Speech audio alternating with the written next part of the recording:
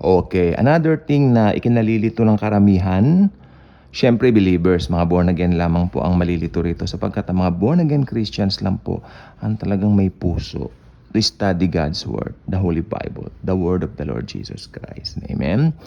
So, ang mga born again Christians, medyo lito. Ano ba talaga ang Gog at Magog? Pag sinabi natin Gog at Magog, it stands for a battle. But to be specifically clear, ito po yung final battle na tinatawag, no? The Battle of Gog and Magog. Okay? So, ito po ay kinalilito ng ilan sapagkat may Gog at Magog na war dito po sa Ezekiel. Amen? At meron ding Gog at Magog na war dito po sa aklat ng Revelation. Siyempre. Yung sa Ezekiel po, ito po ay Gog at Magog na alam kong mangyayari sa simula ng tribulation. Okay? At ang pag-aaralan natin ngayon ay yung Gog at Magog sa Revelation. Ito po yung Gog at Magog na susundan na po ng White Throne Judgment. Ang Gog at Magog na susundan ng White Throne Judgment, I believe na mas binibigyan din ng Biblia. Dahil ito ay nakasulat nga po sa panghuling aklat ng Biblia, Apocalypse, Revelation, pahayag. At binibigyan din po nito yung tuluyang pagkatalo ni Satanas. Kasi tanda po ninyo, sa loob ng 1,000 taon, si Satanas naman po hindi pa tinapon sa dagat-dagatang apoy. Siya po ay inilagay lang po dito sa pit, no? Yung pit na walang katapusan, and then pinakawalan siya for the meantime para makapandaya, makapandeceive, para maplansyang mabuti, kumbaga plansyado talaga sino ba talaga yung sa panig ni Jesus at sa panig nga niya ni ito nga no si Taning o Satanas. At yes, marami rin pong papanig kay Satanas sapagkat sinasabi ng Biblia yung Gog at Magog sa aklat ng pahayag o ng Apocalypse o ng Revelation hindi mabilang, parang sindami ng buhangin sa dagat. Ayun po ang sabi. So, mangyayari po yan. Ito na po yung final battle. I believe ito rin po ay final battle na kung tawagin Armageddon. At ito na po yung tinatawag na malapit na pong magsimula ang eternity. Eternity. Of course, we have eternal life right now. We accepted the Lord Jesus Christ as our very own personal Lord and Savior. But yung sa process o yung sa timeline, no, mag-uumpisa na po yung eternity right after this and right after the White Throne Judgment. Napakaganda po. Kaya iba rin po yung inaaral natin ng Biblia, especially yung aklat ng Revelation, tawag dito, eschatology, proper hermeneutics, at higit sa lahat, like ko po sinasabi, proper, rightly dividing the word of truth. Dito po sa battle na ito po yung panghuling laban, ano? Si Satanas po dito ay tuluyan na pong itatapon sa lawa ng apoy o yung impyerno. Kaya mali po yung paniniwala ni si Taning o si Satanas daw ngayon ay may hawak na fork o tinidor at nandyan po sa impyerno. That's wrong. Unang-una wala pa yung dagat-dagat. Nga po yung Gehenna, hindi pa po yan nag-ooperate sapagkat ang unang 2 taong pupunta dyan ay ang Antichrist at ang false prophet. At ang mananatili sila dyan hanggang hintayin nila si Satanas at yung the rest na mga nag-reject kay Jesus as personal Lord and Savior. Nakakatakot na pati mga tao na nag-reject kay Jesus pupunta po dyan. Ngayon, ang tanong, nasaan po yung mga namamatay ngayon na unbelievers? Nandun po sila sa temporary detention na kung tawagin ay Hades o Hades. Naghihintay sila roon ng araw ng paghuhukom. Maliwanag yan sa banal na kasulatan sa Biblia. At pag dumating na po yung White Throne Judgment, which is paghuhukom nga po dito sa mga taong ito na mga nag-reject kay Jesus, mga unbelievers, no? Pagkatapos niyan, itatapon na po sila sa dagat-dagatang apoy kasama ni Satanas.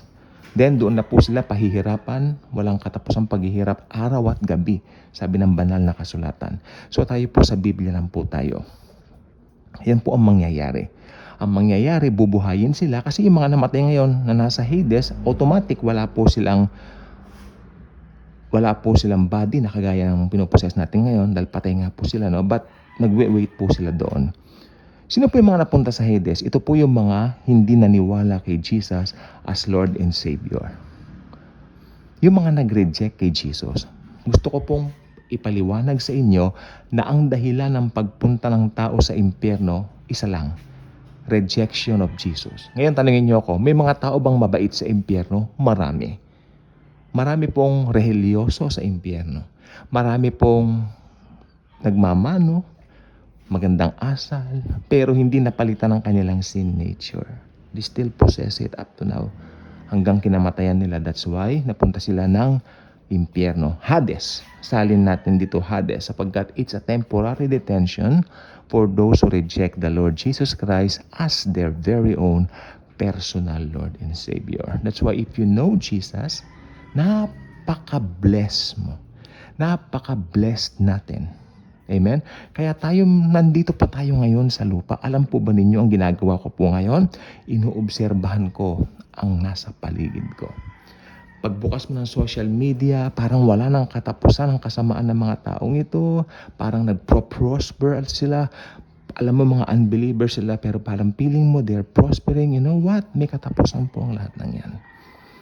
Ang mundong ito ay hindi mananatili sapagkat ang mundong ito ay may katapusan. May katapusan po ang daigdig. Meron pong katapusan ang daigdig.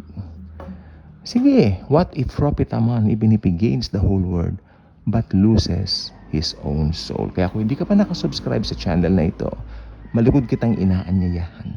Sapagkat sa channel na ito, wala pong ibang nililift o tinataas maliban sa Panginoong Hesukristo, the Lord Jesus Himself, na nagbigay at nag-alay ng kanyang buhay para i-redeem ang planet Earth sa kasalanan. Mahal ng Panginoon ang sanlibutan. Ayaw niyang mapahamak ang sinuman. Tinanggap mo na ba si Jesus sa buhay mo? Ayaw mo bang pumunta ng impyerno? Kung ang sagot mo ay ayaw mong pumunta ng impyerno, halika, magdasal tayo, ipanalangin natin ang iyong kaligtasan. Sumunod ka sa akin. Lord Jesus, I know that I am a sinner, but you died for me on the cross and paid all of my sins, past, present, and future. Lord Jesus, I believe that you are the only Savior of the world who can bring me to heaven. Lord Jesus, I invite you into my life right now. Be my Lord and my Savior. God the Father, thank you very much for sending the Lord Jesus Christ to die on the cross on my behalf. And right now, Father God, because I accepted Him as my very own personal Lord and Savior, which I believe it is the Holy Spirit who reminds me to do so. And Father God, I would like to thank you for making me your child. Holy Spirit, thank you for sealing me the seal of ownership. And right now, guide me. Lord Jesus, be the driver, be the pilot of my life from now on. I believe that I am saved not because of the things that I have done, but because of your finished work on the cross 2,000 years ago. In Jesus' mighty name I pray. Amen. At amen. Okay. If you pray that simple prayer, I believe you got born again. You got saved. Ang born again po hindi religion. Ito po ay isang personal na relasyon sa Panginoong Hesukristo. Ito po ay pagbabago ng buhay. Yes, wala kang mararamdaman. May naramdaman ka ba? Panagsalamin ka, mukha mo ganun pa rin. But, makinig ka mabuti. But, you know what? Sa mata ng Panginoon, ikaw ay bago ng nilalang. Basahin mo yan sa 2 Corinthians 5:17 where it says, if anyone is in Christ, he is now a new creation. The old has passed, behold, all things become new. Kasi ang tingin po ng Panginoon sa iyo ngayon, bago ka ng nilalang. Wala na ang dati mong pagkatao. Maaring tinitingnan mo ang sarili mo, hey, I'm still the same. Yes. Wag mo itutulad ang mata mo sa mata ng Diyos. Ang mata ng Panginoong Jesucristo, ibang klaseng tumingin. Perfectly. You're perfectly fine. You're perfectly saved. You're perfectly embraced by the Lord Jesus Christ. Okay? So, subscribe, like, share. Pag-share ang video ito sapagkat napaka-importante po na marami pong makinabang ng mga souls at malaman nila ang katotohanan ng pagtanggap kay Jesus para nga po maiwasan niyang Hades at itong Gehenna. Okay?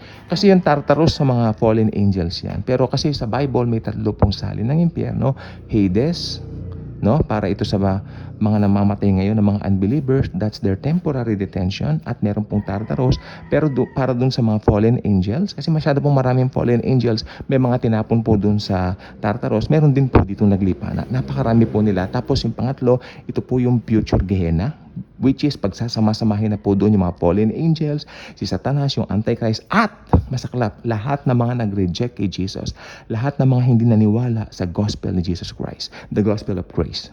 Pagsasama-samahin sila doon sa Gehenna, pahihirapan sila gabi at araw, walang katapusan. Nakalagay po yan sa Bible. Thank you, and Jesus truly loves us all.